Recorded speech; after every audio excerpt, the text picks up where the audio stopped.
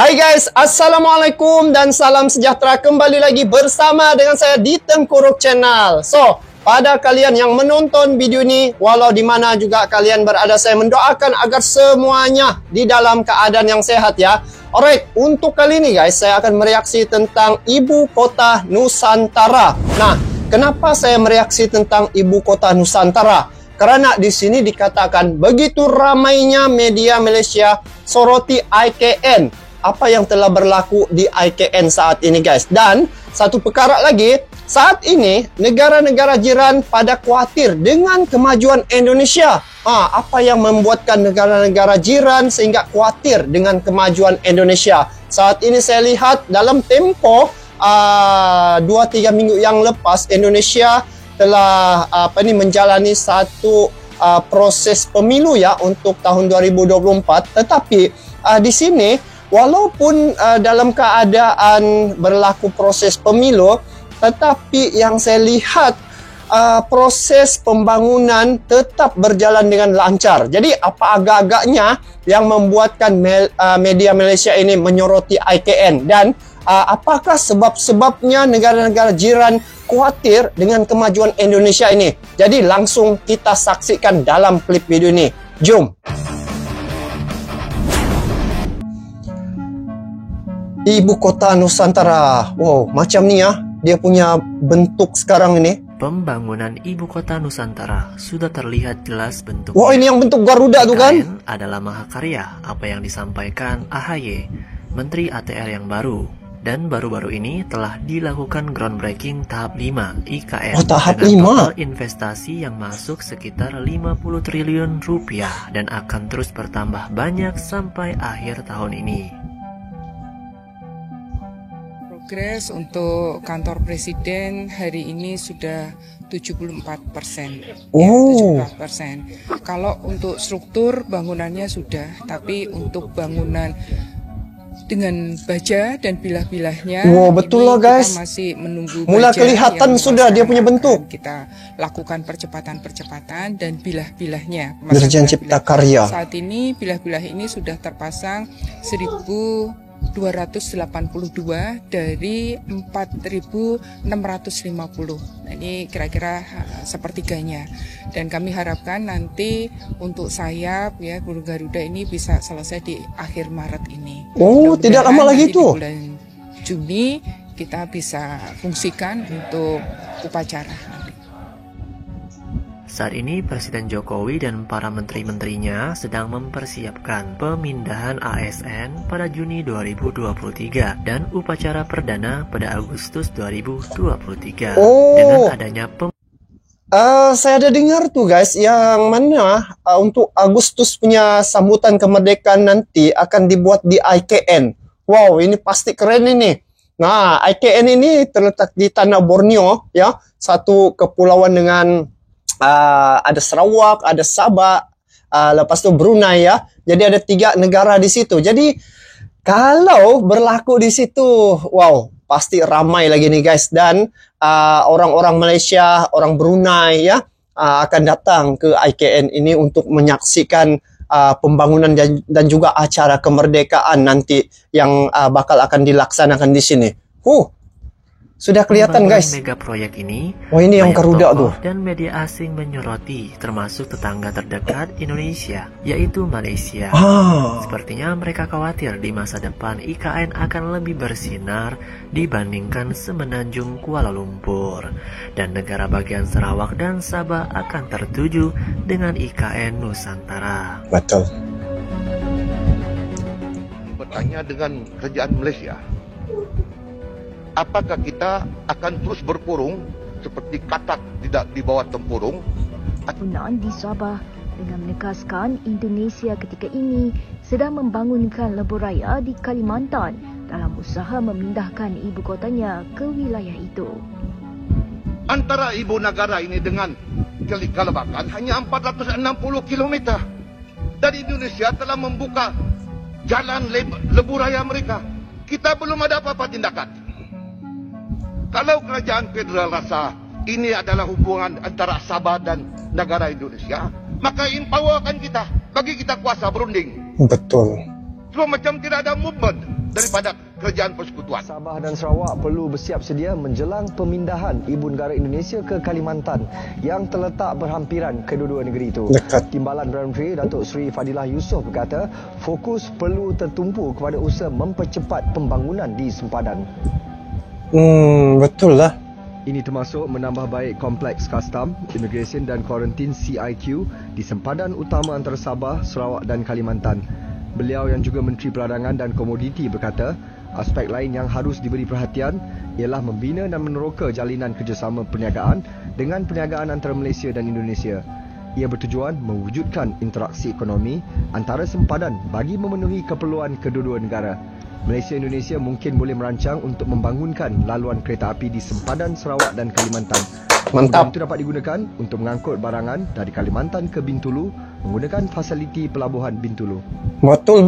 Kalau berlaku ya laluan kereta api yang dikatakan tadi itu hubungan Malaysia, Indonesia, lepas tu dengan Brunei lagi pasti akan mewujudkan aliran ekonomi yang pesat ya. Kita di Asia, di negara antara Malaysia dan Indonesia saja pun dapat mewujudkan satu kitaran ekonomi yang begitu baik. Jadi ini yang sebenarnya salah satu yang menjadi kekhawatiran Eropah ya, apabila ada kerjasama dengan negara-negara Asia Tenggara ini tanpa mengharapkan Eropah. Jadi ini satu kekuatan sebenarnya yang saya tengok. Jadi itu yang patutlah disoroti oleh media Malaysia, karena apabila Indonesia membangunkan ibu kota, jadi di situ akan berlaku kepesatan pertumbuhan ekonomi. Jadi kalau tidak diambil ruang ini untuk sama-sama ya meningkatkan ekonomi di Malaysia, maka satu peluang yang tidak diambil begitu sayanglah kan.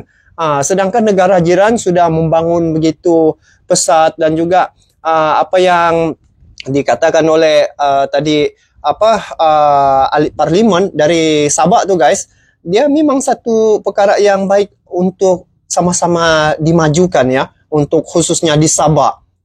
Dan kebetulan saya ini memang orang Sabah guys, jadi saya dapat melihat bagaimana pertumbuhan ekonomi itu sekiranya berlaku pembangunan juga di Sabah. Begitu guys. Mari kita saksikan apa pemberita dari Malaysia ni katakan. Indonesia Joko Widodo memaklumkan beliau akan mula bekerja dari Ibu Negara Baru Nusantara di Kalimantan Timur pada Julai tahun ini. Menurutnya ketika masih sempat. Beliau hanya menunggu lapangan terbang dan jalan bertol siap sebelum berpindah ke sana. Wow. Ini yang laporan agensi berita Antara, Jokowi berkata Menteri Kerja Raya dan Perumahan Awam Basuki Hadi Mujono akan berpindah ke Nusantara pada Jun ini, lebih awal daripada beliau. Menurut Jokowi, jalan, tol dan kemudahan lapangan terbang akan menjadikan trafik di kawasan itu menjadi lebih sibuk. Begitupun katanya jalan bertol memendekkan masa perjalanan dari 2 jam ke 45 minit, melibatkan perjalanan dari Balikpapan, bandar utama terdekat ke Nusantara. Dalam pada itu, Jokowi juga optimis pembukaan lebih banyak bank di ibu negara baharu itu akan menyokong konsep bandar pintar Nusantara. Ada bandar pintar ya. Turut membawa sistem perbankan digital yang maju. Beliau juga yakin peningkatan jumlah pelaburan itu akan mempercepatkan proses pembangunan Nusantara yang mengikut anggaran dijangka mengambil masa sekurang-kurangnya 1 dekad. Saya rasa itu juga konteks yang berlaku di Nusantara. Mungkin bagi saya, mungkin mereka juga belajar daripada kita. Tapi kita tak belajar dengan diri kita sendiri. Yang mana di situ mereka bercakap tentang ekonomi baru di Nusantara. Bercakap tentang autonomous vehicles, autonomous public transport, AI teknologi, data center, smart building, green city. Semua itu memberi gambaran dan cuba menjenamakan Indonesia, kata ini adalah negara masa depan. Dan kesan daripada itu, of course, dia cuba mempengaruhi negara masa depan guys. Kepada investor, pelabur-pelabur. Dia kata, wah, ini bukan the backward city yang kita bayangkan dulu. Ini bukan negara rasuah, ini bukan negara kampung, bukan negara yang terkebelakang. This is negara ASEAN yang bercakap tentang ekonomi masa depan, teknologi masa depan, dan ini adalah negara yang lebih efisien untuk pelaburan itu berlaku. bagi saya jika model itu dibina dan berjaya dibina sedemikian dengan pasaran mereka yang sebegitu luas, di Indonesia rakyat mereka sebagai konsumer yang besar, maka bagi saya dia akan merevolusikan Indonesia. Dan it is coupled dengan beberapa usaha lain, contohnya bagaimana mereka merevolusikan pendidikan mereka pada hari ini. Pendidikan berdasarkan kreativiti murid daripada semata-mata nak cakap tentang exam oriented ataupun model-model yang kita cuba dan tidak berjaya.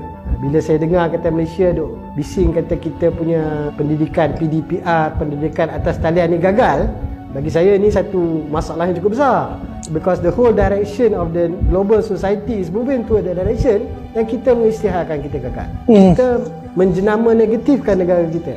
Apa kualiti high learning kita? Setakat kita nak melahirkan lebih ramai banyak lecturer yang masuk jurnal-jurnal tetapi tidak ada impact kepada society, dia tidak memberi makna apa-apa. Saya rasa salah satu daripada design planner atau arkitek yang membangunkan Nusantara Sirkuit Malaysia lahir hasrat. Ini pula dengan berbagai investor Elon baru, Musk. dengan ekonomi baru yang mula muncul di Indonesia. Kumpulan-kumpulan yang merasa mereka tidak ada opportunity di Indonesia akan pergi ke sana. Tuan-tuan sekalian, Jokowi perli kita sekarang. Jokowi kata dulu, mana telefon Mat Sabu. Dulu dia kata bila orang nak ambil gambar di sempadan, dia duduk sebelah Indonesia ambil gambar pos Malaysia cantik dan hebat. Sekarang sudah berubah, kata Jokowi. Orang duduk sebelah Malaysia ambil pos yang dibina oleh Indonesia. Karena Indonesia sekarang sedang membesar dan kita negara maju. Indonesia akan buat ibu negara baru yang nilainya lebih kurang 380 bilion di Kalimantan. Sekarang kita nak dapat orang gaji Indonesia 1,300 hingga 1,500 gaji dia nak bayar pada mereka. Kalau naik sampai 2,000 nanti, kita pula akan pergi bekerja di Indonesia tak lama lagi. Nah, Sobat Maju, begitulah sorotan dari tokoh dan media Malaysia tentang pembangunan IKN yang masif. Mereka takjub dengan inovasi yang diterapkan di IKN. Selain itu, ekonomi baru makin banyak bermunculan di Indonesia. Mereka khawatir di Malaysia nggak ada peluang dan harus ke Indonesia. Dan perlu kalian ketahui, di Kalimantan, Lebuh Raya atau jalan tol itu cuma ada di IKN dan di Balikpapan Samarinda. Sementara di Malaysia itu belum ada. Kita patut bangga. Dan kita harapkan IKN dan kota-kota di Kalimantan, termasuk Malaysia, Brunei semakin maju dan mendunia. Betul. Apa yang dikatakan tadi ada benarnya juga. Cuma untuk jalan tol di bahagian Semenanjung sudah ada jalan tol ya, tetapi untuk di Sabak masih belum ada jalan tol.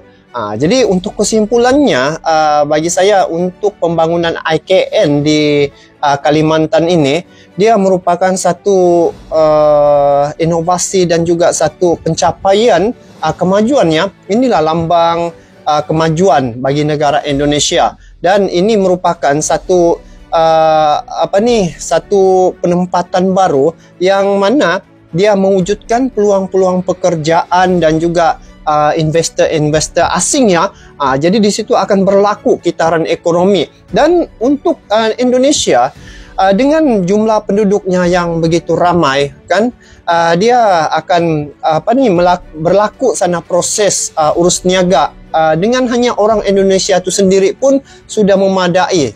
Jadi dia punya pelanggan sedia ada pada orang Indonesia itu sendiri. Sebab Indonesia nomor 4 ya, terbesar jumlah penduduknya. Jadi untuk dari segi pelanggan untuk apa-apa produk, hanya orang Indonesia pun sendiri pakai sudah memadai. Dan untuk kelas menengah, orang Indonesia ni dia sudah melebihi lebih kurang 50 juta begitulah. Jadi 50 juta kelas menengah orang-orang Indonesia ni dia sudah menyaingi satu Malaysia. Jadi itulah kekuatan ekonomi negara Indonesia. Dan yang pastinya apabila berlaku pemindahan ini sudah sempurna selesai sudah ya, dan beroperasi sudah, maka ekonomi Indonesia pasti akan lebih pesat lagi dan dia akan menjadi satu tumpuan ya kitaran ekonomi di Asia Tenggara ini. Dan sudah pastinya Indonesia dengan pelbagai dia punya sumber daya alam dan juga kepakaran dari segi banyak bidang, Indonesia pasti boleh menyaingi negara-negara yang sekarang ini tengah pesat membangun juga seperti Eropa. Di sini Indonesia mempunyai kekuatan karena segala-galanya ada di Indonesia. Jadi pantas saja media Malaysia soroti IKN ini karena melihat tentang pembangunan yang berlaku di Indonesia memang pesat ya, tidak ada masalah, dan membuktikan bahwa tidak ada ketirisan dan juga rasuah di Indonesia guys. Jadi apapun semoga Indonesia dari segi pembangunan berjalan dengan lancar dan semoga hubungan kedua negara kita ya, antara Malaysia, Indonesia, Brunei juga ya, dapat saling bekerja sama dan semoga sama-sama maju ke hadapan. Indonesia bukan untuk dikejar tetapi harus ditiru bagaimana cara Indonesia menjadikan negaranya disegani dan dihormati. Jadi itu saja untuk kali ini, kita bertemu lagi di video akan datang. Sampai jumpa lagi. Assalamualaikum warahmatullahi wabarakatuh.